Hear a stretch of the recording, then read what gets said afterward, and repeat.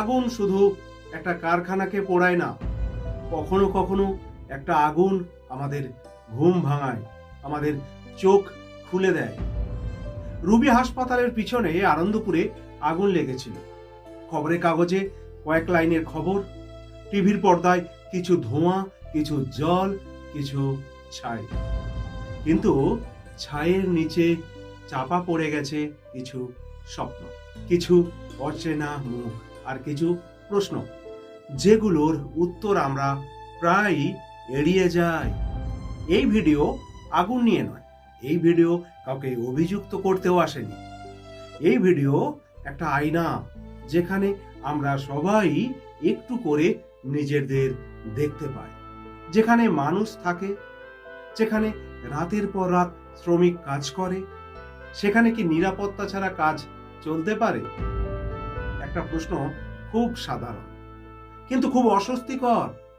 যেখানে কাজ হচ্ছে, সেখানে কি জরুরি বেরোনোর রাস্তা থাকা বিলাসিতা, নাকি সেটা মানুষের ন্যূনতম অধিকার?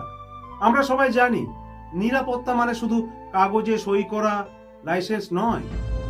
নিরাপত্তা মানে আগুন লাগার আগেই ব্যবস্থা, দুর্ঘটনার আগেই সচেতনতা।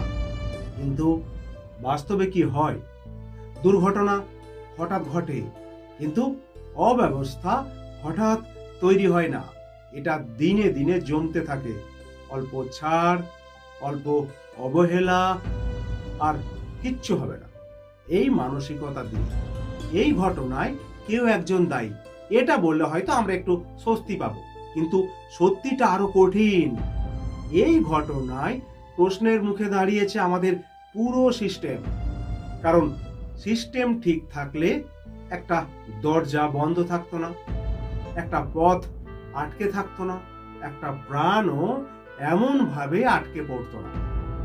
আজ আমরা যদি চুপ থাকি, কাল সেই আগুন অন্য কোনো পাড়ায় জ্বলবে, অন্য কোনো কারখানায়, অন্য কোনো অচেনা মানুষের জীবনে।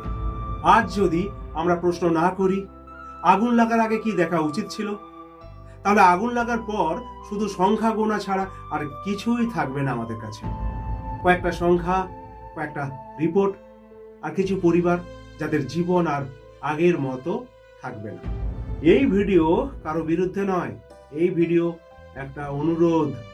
কাজের জায়গায় নিরাপত্তা চাই, নিয়ম মানার সংস্কৃতি চাই, মানুষের প্রাণের প্রকৃত মূল্য চাই। কারণ উন্নয়ন তখনই সত্যি যখন কাজের শেষে মানুষ ঘরে ফিরতে পারে, যখন রোজগারের জন্য গিয়ে জীবনটাই ঝুঁকিতে না পড়ে। আনন্দপুরের আগুন আমাদের একটাই কথা মনে করিয়ে দিল, কিন্তু তার থেকেও জরুরি আগুন লাগার কারণ নেভানো। চুপ থাকলে কিছুই বদলায় না, সচেতন হলেই বদলায় সমাজ, আর সমাজ বদলালেই আগুনের খবর আর নিয়মিত শিরোনাম হবে না। নমস্কার, আমি ছিলাম সমীর পণ্ডিত। দেখতে থাকুন যখন তখন সমীর পণ্ডিত মোটিভেশন।